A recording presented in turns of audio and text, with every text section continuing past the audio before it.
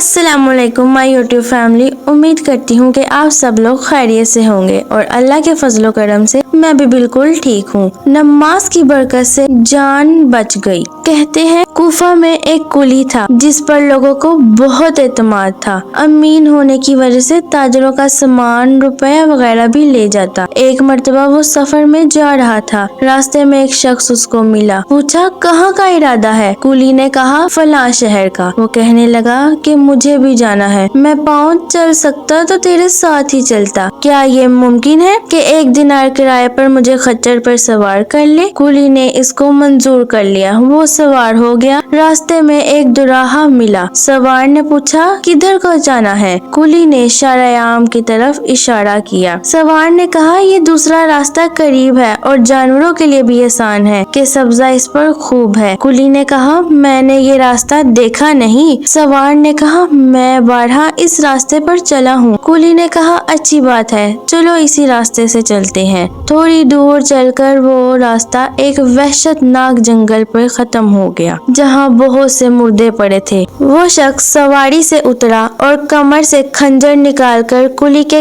कत्ल करने का इरादा किया। कुली ने कहा कि ऐसा न कर, ये खच्चर और सामान सब ले ले, यही तेरा मकसूद है, मुझे कत्ल न कर। उसने ना माना और कसम खा ली कि पहले तुझे मारूंगा फिर ये सब कुछ लूंगा। उसने बहुत आजिज़ी की मगर इस जालिम ने उसकी एक भी ना मानी। कुली ने कहा अच्छा मुझे 2 रकात नमाज अदा करने दे। उसने कबूल किया और हंस कर कहा जल्दी से पढ़ ले। इन मुर्दों ने भी यही दरख्वास्त की थी मगर उनकी नमाज ने भी कुछ काम ना दिया। उस कुली ने नमाज शुरू की। अल्हम्दुलिल्लाह शरीफ पढ़कर सूरत भी याद ना आई। इधर वो जालिम खड़ा तकाजा कर रहा था कि जल्दी खत्म कर। बेख्तियार उसकी नमाज पर ये आयत जारी हुई, आमन युजीबुल मुस्तर्रा इज़ा दुआ। ये पढ़ रहा था और रो रहा था कि सवार नमूदार हुआ जिसके सर पर चमकता हुआ खून यानी लोहे की टोपी थी। उसने नेजा मारकर उस जालिम को हलाक कर दिया। जिस जगह वो जालिम मर कर गिरा आग के शोले उस जगह से उठने लगे। ये नमाजी बेख्तियार सजदे में गिर गया, अल्लाह का शुक्र अदा किया। नमाज के बाद इस सवार की तरफ दौड़ा। उसने पूछा कि खुदा के वास्ते इतना बता दो कि तुम कौन हो और कैसे आए? उसने कहा मैं आमन युजीबुल मुस्तरा का गुलाम हूँ, अब तुम मामून हो, जहाँ चाहे जाओ।